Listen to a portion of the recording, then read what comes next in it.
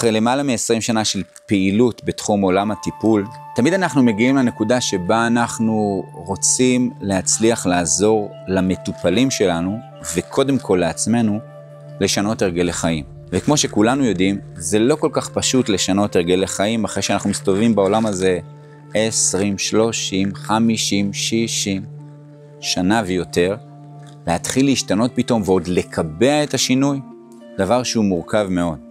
מה נותן לנו מוטיבציה בחיים? מה המוטיב פאוור? מה כוח המניע שלנו? איך אנחנו קמים כל בוקר לחיים מלאים בשמחה, ביצירה, בעשייה, כל בוקר מחדש, ומצליחים לחיות את החלום ולא לחלום את החיים.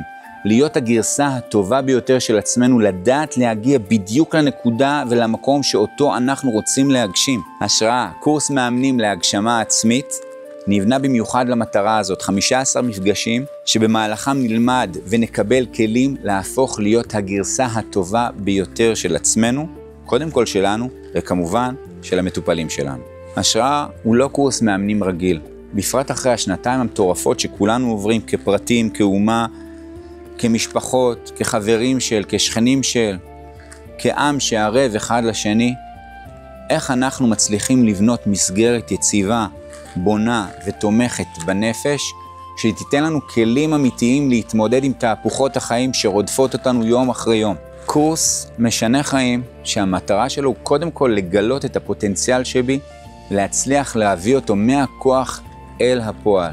הקורס הזה מתאים לכולם, לכל אדם שחפץ בשינוי, לכל אדם שרוצה לעשות שינוי בריאותי, שינוי תזונתי, שינוי בהרגלי החיים שלו, מקצועית, בכל תחום ותחום בחיים. השראה נותנת כלים פרקטיים, כולל תרגול ועבודה מעשית בבית, קבוצות וואטסאפ, חומרים ותכנים אינטרנטיים שמגיעים אליכם למייל. השראה היא מהפכה בתחום האימון האישי.